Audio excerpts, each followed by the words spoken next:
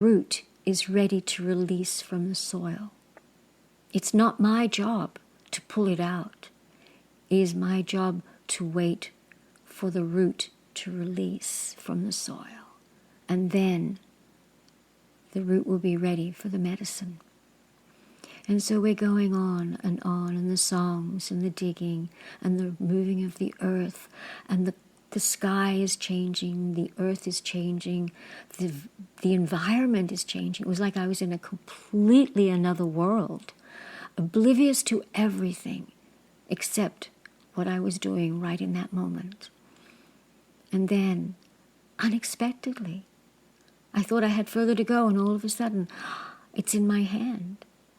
And this root is probably about 6-7 inches round, and probably about a foot, 12 inches long, with the tap roots of airy-fairy little threads coming off it, going down, down, down. And the taproot alone was probably about 8 or 9 inches long, that was below the root bulb of the plant.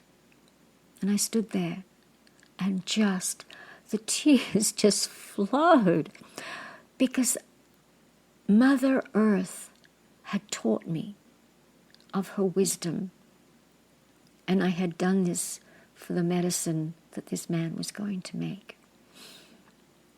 So he came over and we hugged, and it was like, wow. He says, I need 2 more now. It's like, okay. And so I wandered through the patch of the yerba sante and found another one. And if anyone has read, this was back in the 80s, a publication in the late 80s, I think it was, or early 90s, I don't remember, called The Celestine Prophecy by James Redfield. And in there, one of the chapters was talking about how you identify light in plants. And it was about, you see the light around it, or you see, if you're looking for a path in the forest, how do you find your way out? You ask for the light to be shown to you in the path. And in the denseness, if you get out of your way enough, there's that light. And you go, it's a tiny bit lighter, and it's like a sparkle in the air. And it's like, that's the way you go. This is the plant you're looking for. So that is what happened with the second one. And the top of it looked a lot bigger than the first one I dug. And so I start digging. And that wasn't too long before I realized that this was a huge root. And I'm digging, and around, just even the top of it was bigger than the 6 inches that I had dug in the last one. And this one was even more powerful in the songs, in the digging, in the focus. And maybe it was because I was more understanding of the circumstance and what I was doing in this ceremony. Or was it because the medicine within this particular root was different to the one in the first one? And that is not something that is a joke. This is very real. And I know that to be very, very true, as I've learned in the wisdom from years afterwards. So this particular one had huge power, and I was digging, and everything was done in larger fields and larger ways, and it was expansive, and it took more of my energy, but it took more. It was giving me more life force. It was coming down through me into the digging stick and into my hands, through into the earth, and then into the plant. And I'm saying prayers in different languages, which I had never heard. But also I'm saying prayers that suddenly are just in English, in my own language, but the words were things that I would never have come out with. It was a flow of pure consciousness that was coming through the ethers of the earth, the plant, and the universe. And I was one with all of these things at this moment. And so the digging continued and continued and continued. And it was longer this time. I think at some point the clouds came over and it was like, thank you very much for the reprieve from the sun, because it was getting quite hot. And my friend sat and he waited. And in his way, he picked up his drum, and in the background I was hearing him drumming. And at times when I wasn't singing, I could hear him singing as well. And so it was a melding of both the masculine and the feminine energies at the same time. This happened in the first one, and then it was more pronounced in the second one. And so we're digging, and I'm digging, and I'm digging, and once again, the intensity.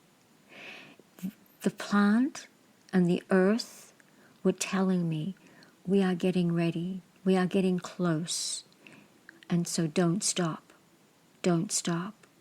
Keep focused, keep directed to the medicine that is at the very, very end of the root. And so I could feel that this root was probably twice the size of the first one, both dimensionally and lengthwise. And digging, and it's starting to move. And the tears once again are just rolling down. And the feeling in my hands was electric.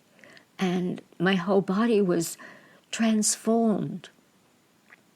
And the digging stick was moving like a jackhammer in a way. It was so fast, but gentle and fast at the same time, and it's moving and moving and moving, and in all directions and going around, and the soil is moving out, and the hole is getting bigger and bigger and bigger and bigger, and then it moves again, and it gets looser and looser, and as I'm pulling gently, ever so gently, because I didn't want to break it, it tells, keep digging, we need more, there's more.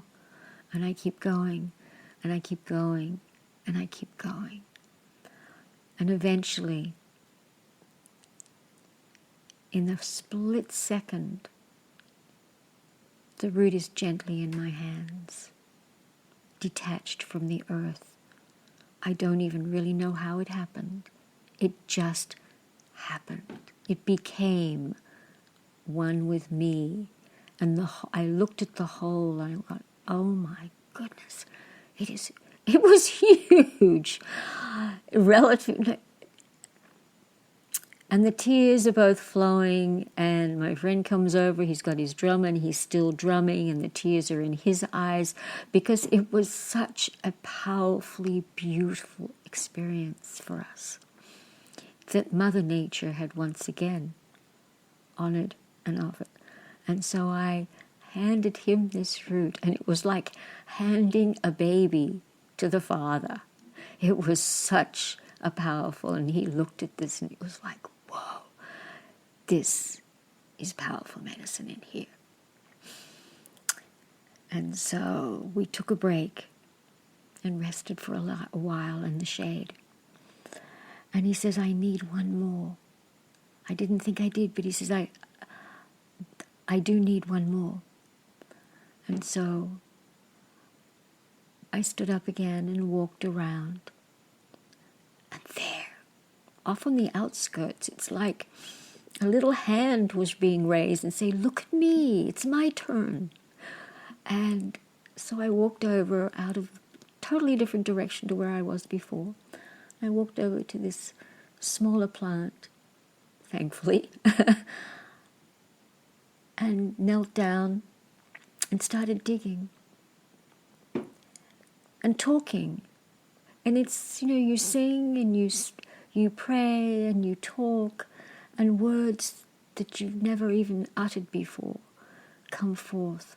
And some of them in languages that you've never heard, that are not even languages that are on this planet.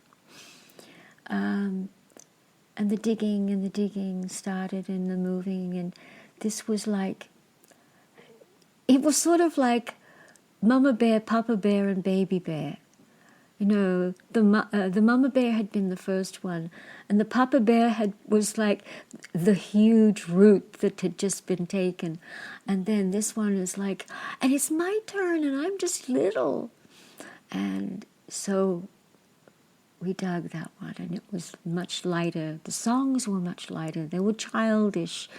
The air was childish. It had a light twinkles in it. It was different. And so I did that in short order because this little one was ready to come, ready to arrive and join the other roots for a different type of medicine, all in the same sort of tincture of the Yerba Sante. But my medicine friend was going to be shown using each root differently of what that medicine was going to be for, because that's how it works. It's not popping a pill because it says this and they say it's for that. That's not medicine. Not this medicine. This is medicine from the highest forms of God Creator and Mother Earth, forming to nourish our bodies. And that is part of what we have lost in this worldly society of these days. So at that point, we rested for a little while longer, had a lot of water and something to eat, and collected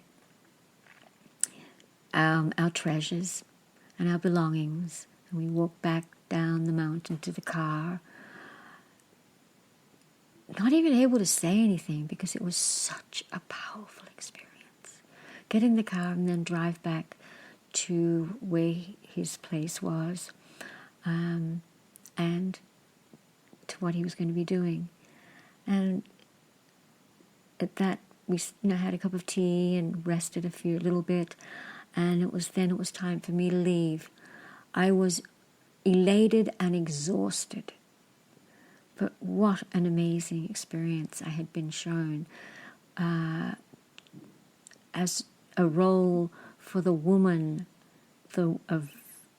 who's gathered wisdom in time, to be able to give that back to Mother Earth and care for her plants in the way that I was shown, to be remade, regrown into something medicinal. So from that experience, my measuring stick of viewing the nature and plants and care of plants and organic gardening and how I grow things has been influenced hugely. Every garden I create, I talk to the plants. I talk to the animals. I talk to the bugs in all different ways. And anyone who's interested, this is a little diversion, but anyone who's interested, Rudolf Steiner was just an amazing, amazing scientist, foreteller, knowledgeable metaphysician, brilliant, brilliant mind of the late 1800s and early 1920s. And he wrote prolifically on all topics, but he did lectures in Germany and Austria and all different parts of Europe back in the early 20s. And there are, on his website, there's a gentleman who has been reading his lectures that were all transcribed from the original. And they're on every topic that you can think of. And they're brilliant. They're totally brilliant, and I highly recommend them. But there is one 8-hour program on agriculture. And anyone who is interested in agriculture, permaculture, organic farming, anything, just in nature and the universe of the air we breathe, the life force we have, and the chemical makeup of everything, I highly recommend listening to at least the first 3 of these lectures. They're about an hour, hour and a half long. But you will learn a whole different view of